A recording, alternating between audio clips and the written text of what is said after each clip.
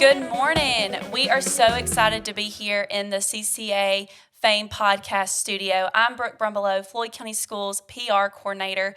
We are here for our first ever Superintendent Sit Down show featuring Dr. Glenn White, our FCS superintendent. We will be recording this quarterly for all of our FCS stakeholders, teachers, and students. So be sure to tune in. Hello, Dr. White. Well, good morning. I am so happy to be here, and I would like to thank the CCA for hosting this morning. Thank you. So we're going to go ahead and get started. So before we really dive into the questions that we have, go ahead and tell us about the school year as a whole so far. We're in October. Today marks the last bit of the first 9 weeks. We celebrated our Teachers of the Year last night. Yes. What are you excited about this school year? What are some things that you see that you like to take note of? Wow, it has been a fantastic start. We have done some great things, and a lot of this came off of last year's academic information as far as milestones testing. We're at historic highs in our school system. We recognized that. We celebrated that with all of our schools because we're all part of the Floyd County Schools family. Absolutely. We are getting great information about SAT scores, ACT scores. We will have the official graduation rate coming out next week, which is going to be more great news as far as improvement from last year. So things are just going well. All of our schools are functioning well. There are not any major issues going on. It's just been fantastic. I don't know how else to say that, but just a great start to the school year. I agree. And just kind of going off of that, I'm going a little off script here because I think it's important that we highlight what all you have worked hard for with facilities and, SPLOST projects and stuff to make sure the schools and the surrounding facilities of the schools are in shape for our students and teachers. So can we talk about the awnings, the playgrounds, the new turf fields? Awnings at elementary schools all over the county. The playgrounds, wow, they're all over our elementary schools. I know Harper, she loves them at Garden Lakes. Well, and I was talking to a friend of mine that I went to high school with, and he's into playground equipment. He lives over in North Carolina. I said, man, that stuff is expensive. He said, it is very expensive. I didn't know how much these playgrounds cost, but they're very expensive. But we're glad we could get those. The signs we've gotten for our elementary schools. And, of course, in our high schools right now, we have 2 schools, Model and Pepper, who have the turf fields, getting the synthetic tracks. That'll be put into place in the next few weeks as far as the tracks. Then at R. Murchie and Coosa, we're building new field houses with turf fields and synthetic tracks coming. So we have some major projects going on around the county. We are also doing some things as far as safety goes in our school system. We're adding fences, we're adding gates, we're also looking at interior things we can do as far as making our schools safer.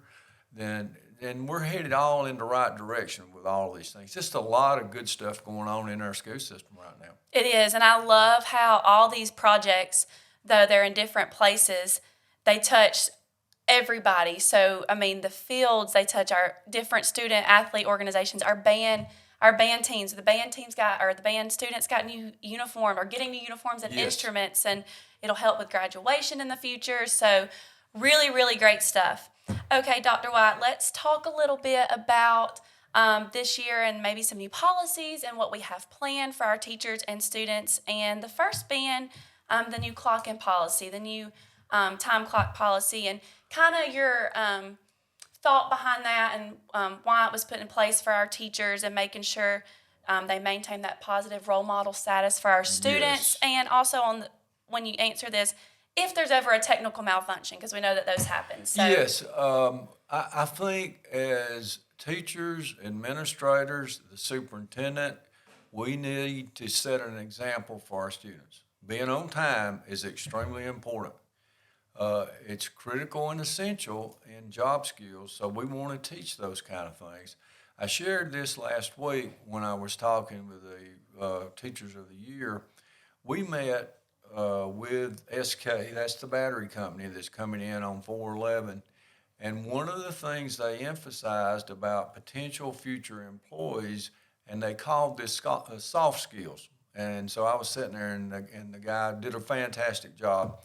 He said, soft skills are things like showing up on time for work, being at work, following instructions, those kind of things. So I think from that perspective, we need to set the example. We need to let everybody know that that's important. We need to come to work, be at work, be prepared to teach our students. And all those things tie together to make us a successful school system. Now, I will be honest and share this with you that we've had some technical difficulties with the Raptor system, which is how we sign in as certified personnel. The classified still use Frontline. That's a different system. But here's the bottom line on technical difficulties. At any point where it's our fault, and I'm claiming that is our fault when the equipment doesn't work appropriately, that does not count against our employees. That's kind of like one of those days if that were to come up on their record and somebody said, well, that was a day, and we would have it documented that the equipment didn't work appropriately, that would not count against them. So those are things they don't need to be concerned about as far as any kind of technical malfunction. That's not an issue. Okay, awesome. And I know there's been some stress that this maybe has added some extra stress to them going into the workday, but that was definitely, from your description, not the intention at all. It was simply having a policy in place with the students at the forefront of that and making sure we were where we needed to be to supervise them, to teach them, to guide them, and to set examples. Yes, that is exactly right. Okay. Well, moving on, let's get into finance a little bit. So I know you have, and you've been to a couple of recent conferences and have gained lots of information, and you have lots of information yourself about how we're funded in the school system. So when you kind of talk about that and all the things that go into that, can you touch on pay scale for teachers, what goes into maybe classify, like with insurance coming up? And I know you've recently done something extending the pay scale to be competitive in the state of Georgia. So all of those factors and what you've done as superintendent, considering the funding factors. Okay, so let's start with a little basic information here. Public schools are funded through three main sources. One is local property tax. Two is from QBE, Quality Basic Education Act, which that's state funding. And three would be the federal funding, which funds our federal programs. All of those things combine to make your budget for that school year. So we have looked at several things. We've increased the local supplement, not this year, but the year before, to 8%. We've talked about increasing that again. Now, these are just things we're looking at right now. This is not a commitment. I don't want somebody to say, well, I heard you say that we were going to increase it. No, I'm saying we're considering that as we go forward. Also, I want everyone to know that the Floyd County School System has made a commitment, not for this year, but for next year, to keep our interventionists and coaches. Wow, that's huge considering what they did as part of our academic success and for support for our teachers. Yes, it is support for teachers, it's support for our students. And in talking with principals, everyone I've talked to feel like these people have done a fantastic job. So we are keeping these people. We know for this next school year, not this one, but next school year. 24-25. And that is $1 million commitment. So I bring that up to say, just like it's your own house and how you do your budget, there's X number of dollars you have to work with. And so when you start taking money out, you got to think about where money's coming from to replace that. And there's a limit on the amount of money we can spend. So not like the federal government, we can't print our own money. Right. I have to limit my shoe shopping sometimes. Yes, I have to limit things too. So we got to think about it from that perspective. We are making progress with local supplement, and then this year teachers got a $2,000 pay raise from the governor, and the governor and the legislature have been very good to teachers. So I think that's something to consider, and we are the highest paid state in the Southeast as far as teacher salaries go. A major issue that has to be considered with our classified personnel. Classified would be bus drivers, paraprofessionals, custodians, lunchroom staff, those people, is the increase in insurance costs that will start in January. And over a 2-year period, it will go up almost $600 to $1,580 per employee. A month? Yes. Okay. $1,580 a month, which is going to be a major factor in our budget. So we have to think about that. That actual, it's an increase over a couple of years, but it will be there in 2 years. So we have to start thinking about that. That is something we have to budget for and think about how we're spending our money and all those kind of things. So that's just something as we look and as we go forward.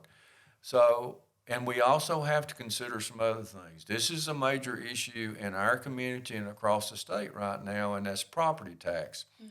In Floyd County, the property tax, the value of your home and your property has gone up. That has driven the amount of tax people are paying up. But they have to also realize, and this is complicated, this is not an easy thing to explain, but the Floyd County school system has dropped the property tax, the millage rate, over several years. This year, we dropped it by 0.25. What does that mean? That means that we took out of our budget over $600,000. But as a property owner, because the value of the home has gone up, your actual taxes may have gone up. And I used this as an example this morning. I was talking about this. The home that we live in, the property tax went up $4 from last year because this year the governor provided a supplement which helped lower the tax. And so I think most people are in that area, although some people, because of the property value going up, actually had to pay more. All these things factor into the budget, and we're in a situation where we have to consider property tax because our people in our county, you know, those are the people supporting us. Right. And so we want them to be happy, and we don't want them to be overtaxed. So that's all part of the budget process.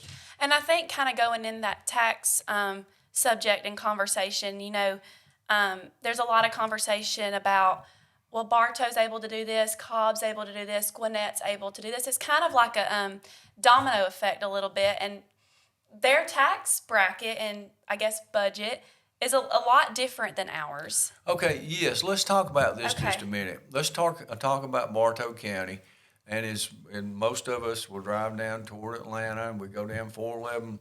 If you go down 411 right now, you're seeing a major construction project. Right, yeah. That's the SK battery plant that's coming on. Wow, is it amazing just to look out over that area and see what they're doing there. Here's my point. The tax base in Bartow County, because of industry like Anheuser-Busch, Toyo Tires, and all these other things that they have, that generates more money for the county. Not only that, because of the number of people who are moving into Bartow County, and they're building all these houses and around the major interstate. Yeah, and I-75. My goodness, wouldn't that be good if we had I-75? Wouldn't it be good if we had a Buc-ee's? Because here's what I've heard about that, is that has just caused a major windfall in Gordon County on sales tax because everybody goes there. It's like a tourist destination. It is. You want to go and get a Buc-ee's t-shirt. Yeah, and so, you know, if you were down, I was down at Macon, coming back from Macon on Tuesday, and then it said Buc-ee's, I don't know what it was, I guess 100 miles up the road. They'd already started telling people way in advance, there's a Buc-ee's up here in Calhoun. So those kind of things generate money. And what that ties into is the tax base and what is generated as far as property tax and the values, what it is valued and how much money is generated from that. So that's the reason Bartow County and Cobb County can do all those things. Their tax base is different. And here's another thing, and then we're kind of in this from our end. We're trying to compete with Bartow, but Bartow is competing with Cobb and Paulding, and so they're driving this as far as teacher salaries and things go. They're driving it because they can't afford to pay more. Right. That's the long story short. Right, and that makes perfect sense. So thank you, and I know you have done a lot of things, you and your staff, as far as extending the pay scale and extending the pay scale past 25 years, which in the state of Georgia, it's only 21? Yes, correct? we have gone from 21 to 25. We've looked at extending that, but that's not anything we're going to move on at this current time. Right, and it sounds like, you know, with all of your plans and the knowledge that you have on the finance side, that you are considering the needs of our teachers and our staff, and you are doing what you can to support them with mentors and the coaches and the Yes. interventionists, and also considering, based off the budget, about another supplement increase in the future. So We're that is definitely considering that. One other thing that factors into our budget, and our school board has done this, we have closed 3 schools since I have been superintendent. I closed one before that, which was Midway, but since I've been superintendent, we've closed 3 schools, and we have disposed of those 3 schools. One of them, Glenwood, was basically given to the Floyd County Police Department. We sold Cave Spring Elementary to the city of Cave Spring for $40,000. I'm gonna be honest with you, that's almost like giving it to them. It's worth a whole lot more than that. And then McHenry was sold at auction. So and that helps us in the budget because it just kind of makes sense. You have less property to maintain. The utility bills go away, the support staff. So that's helped us budget wise as far as kind of managing our budget and making sure we have money to run the school system. perfect. I think that was explained beautifully, and we appreciate that. Moving forward on a brief topic, because this was sent out this week, and first and foremost, on behalf of being someone on the committee, thank you for suggesting the calendar committee and being able to have different voices from the county and the district Yes. be heard, because that is such a huge thing for every stakeholder, parents, students, teachers in Floyd County Schools. So that was sent out 2 options this week based off requirements, what we have to do in order to meet state guidelines for testing and all of that. And the feedback has been positive. Good. Teachers and staff are looking into that to see what they prefer and best suits them. But one of the questions that's been brought up, and I think we can kind of quickly address here, is why are we not allowing independent learning days and flexible planning, which I would like to just, you have provided 2 additional planning Yes. professional days per semester.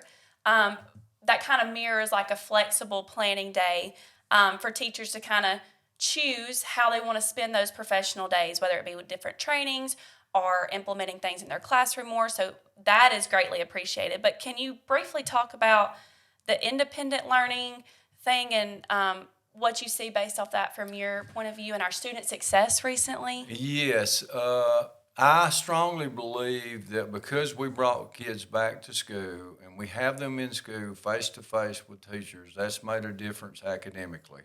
And then I would look at what we've done this last year, because we did have them in school, and compare that to when we went to the virtual online learning, which in my opinion was not very good. And I'm being nice. In my opinion, it's actually worse than that. But here's my point. The virtual independent learning, I don't think works. I want kids in school face to face with teachers. But I also think from a parent perspective, the parents, if we pull kids out and leave them at home, especially younger children, they have to have babysitters for Right. those children. Right. So I think we have to work with our community. We look at what's working and we continue to do that. The 176 school day, I'm going to be transparent again. I really want it to be 180, but I'm willing to work with that and provide professional learning and also planning days, and we've gone from 10 to 14. So I think we're working on that. I do not want to go lower than 176. Absolutely, and because that is just important for our students. And coming from the classroom recently, I see exactly what you're talking about. My first year was right after COVID, and we had half and half still doing virtual and half in the classroom. And then last year was full on in the classroom, and there was a difference in a lot of things, and a lot of the students grew in that regard. So, and I think the committee of teachers also felt that way as well. So thank you for speaking on that. Shifting gears a little bit, but you mentioned planning. So can we discuss a little bit about planning for teachers, and is there a policy in place, and from the county office, what are our guidelines as far as planning in each school? Okay, so here is what happened during the last legislative session. They passed a bill which was signed into law by the governor. It's HB 340. And it basically said teachers must have planning, but it also qualified that if we had a situation where we didn't have anybody supervising children, then we could pull those people if it were a situation like where we had flu and we had a bunch of teachers out, and so we could move them in there. But planning, this is what I think we've had a little bit of misunderstanding about. when you're doing professional learning communities meetings and talking about data and student achievement and all those kind of things. Which can look different at each school, I think, based off their scheduling. It does. Okay. And so that is part of planning. That's an Right. approved part of planning. One of the things I want our teachers in the community to know is that we have spent a lot of money on substitute teachers. And so that is something I want us to decrease. And I'm going to tie that back into professional learning, professional development, because we have pulled teachers out to do that. I want those done on the days that we have professional learning development. And that will save us money and also keep teachers in the classroom. But getting back to the planning, I think that's where that came from, the HB 340. And so I just want teachers to understand when we have PLCs, that is part of their planning. So know that. I think that was what I got from the Teachers of the Year. Basically, they were concerned about that. And I'm like, yes, that's part of what you have to do as a teacher. Okay, thank you. And then this is, I think, going to be a quick conversation, but also one that we can all relate to, especially me growing up. I played the sport of softball, and when I was in school, I may be giving away my age here, but volleyball was not a sport in Floyd County Schools. So softball really only competed with cross country and competition cheer during the fall. Right now we have volleyball, and it's both programs, softball and volleyball, are great. However, Georgia and I believe Indiana or Illinois, one of the I-states, are the only states in the United States who has softball in the fall. And I think there's a lot of push from different people wanting it in the spring. But that's more of a GHSA guideline. Can you speak on that a little bit? Yes, and as former president, make sure we understand that, I'm former president of GHSA. I'm not president now, but this has come up with the GHSA over the years. Right. It's been discussed about moving it to the spring, and then when you do that, for our 4 high schools, there are 4 small high schools, then they're going to compete. If they go to spring, they're going to compete with soccer, they're going to compete with track, tennis, and these other sports. Right. So we're going to have a competition on either side of that. And now what's happening in the fall, this is my perception for whatever that's good for. Volleyball, I think, is growing in all 4 of our high schools. And my perception is this, because volleyball's inside, it's air conditioned, it's not hot, it's just drawing kids to them. Softball's outside, it gets hot out there. And so I think the kids are kind of gravitating toward that. We have a limited number of students that are going to participate in athletics. And so when you start pulling them in small schools, it will get one program real thin, depending on what it is. Now, if we had high schools of 2,500, we wouldn't have to worry about that. Yeah.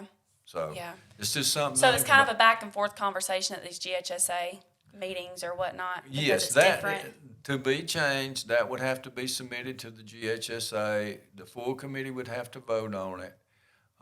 And then that would change the seasons. But as far as the school system goes, we don't determine when softball is played or volleyball or anything else. Okay. Well, we're getting close to wrapping up our time here together. I have one more thing before I want to end with another conversation. Can you talk about, are there any incentives in place for teachers who are currently working for Floyd County Schools who want to go get other degrees from different institutions? Are you in the works with something like that? I know other counties provide something similar, but I didn't know if Floyd County Schools Yes, specifically, I think what they're referring to is Bartow County and Cartersville City have a MOU with Berry College. Now, Cobb County School System has developed an MOU with West Georgia College, and it ties into basically they're funding these programs through the school system for people who qualify to get in those. Administration has been the big key for those school systems. Cartersville and Bartow are looking at curriculum and instruction, which is an administrative degree, and also an EDS in administration.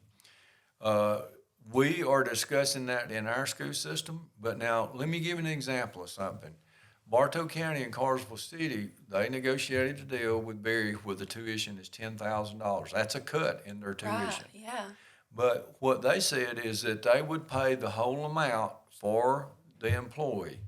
We can't do that in Floyd County, but we are discussing, for example, I'm not committing to this, but I'm just saying this is an example. instead of paying the 10, maybe the school system could pay 5.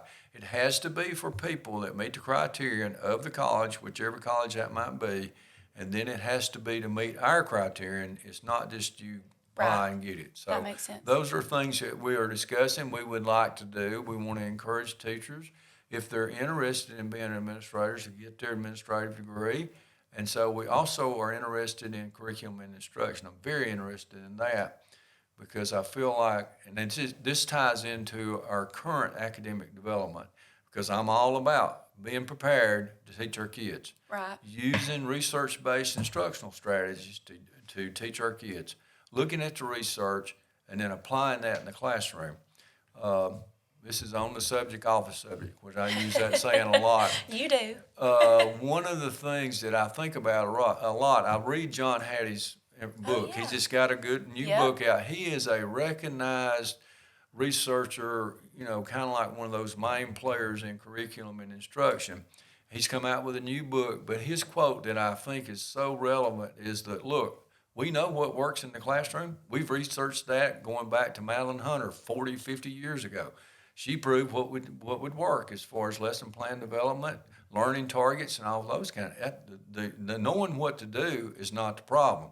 The implementation is the problem. So those are things we want to work on, which ties into these degrees. Yeah. And so we want to develop our employees, and we want those employees to stay with us. So yes, we are looking at that. Long story short, and we'll see what we can come up with. That's awesome.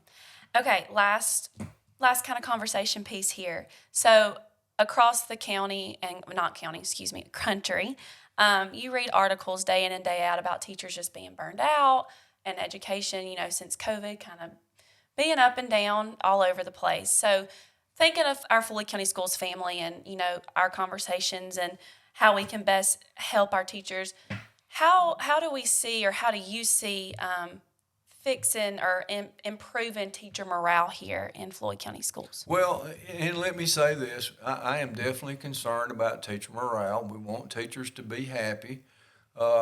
I think the stress level in the classroom is higher than it used to be. We're dealing with issues that we did not used to have to deal with.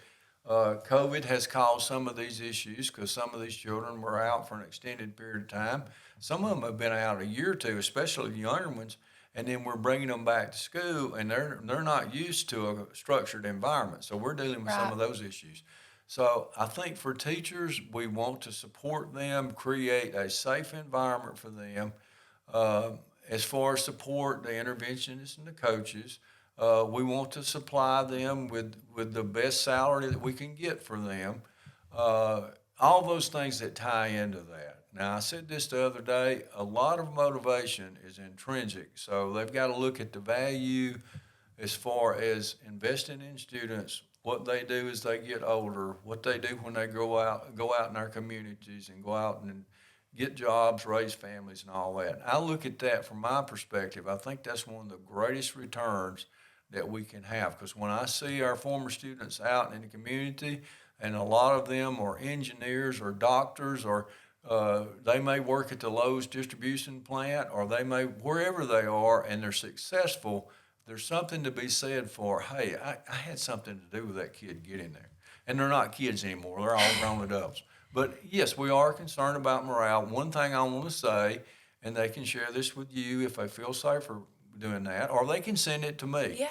But if you have suggestions on what we can do to improve morale, share that. And once again, it might be better for them to go to you and you share it with me.